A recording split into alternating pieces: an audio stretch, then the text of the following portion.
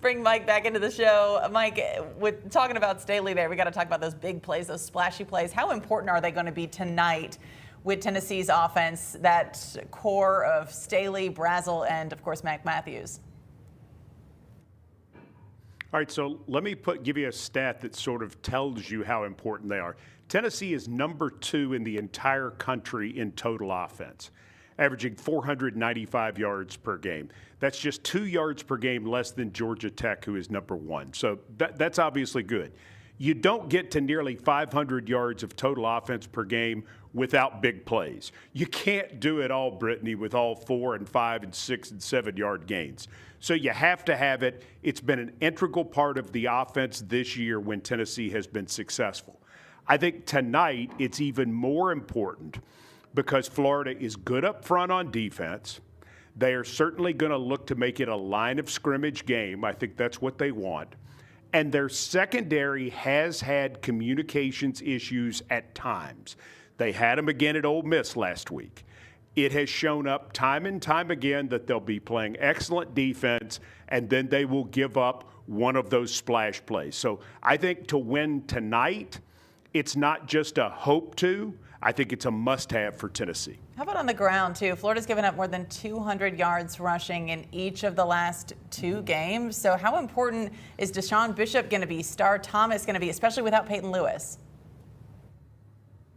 Yeah, it's a big deal. I mean, Keywan Lacey last week for Ole Miss rushed for over 200 yards on his own against the Florida defense. You know, they're going to try to do some different things to protect their secondary. So they lay back a little bit. You get a chance to play against light boxes, even though they're big and talented in their front, really what amounts to front 6. So you do have some opportunities because they're outnumbered. Tough part of this is no Miles Kitselman in there to block. He's almost like a 6th offensive lineman, or he has been in the run game. So that's a big factor. I think Tennessee, more than anything else, Brittany, is going to have to stick with it.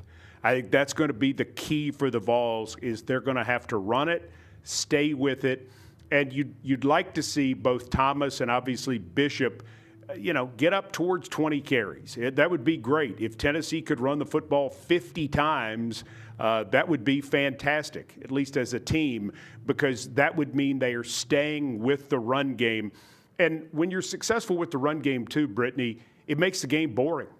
The crowd sits around, and if they can't stop your run game, they just sit there. What do? You start screaming every once in a while. Great, they make another first down.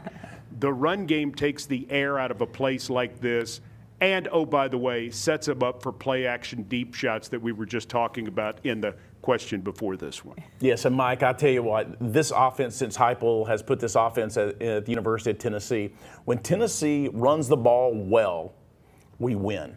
And because of exactly what Mike said, Brittany, play action, our play action, our run pass options, that solidifies our entire offense when we can run the ball and we have the big plays and we got the receivers to